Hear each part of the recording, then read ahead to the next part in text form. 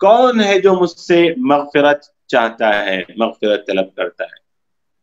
اللہ رب العالمین سوال کرتے ہیں فاغفر اللہ، تاکہ میں اس کو معاف کروں، اس کی مغفرت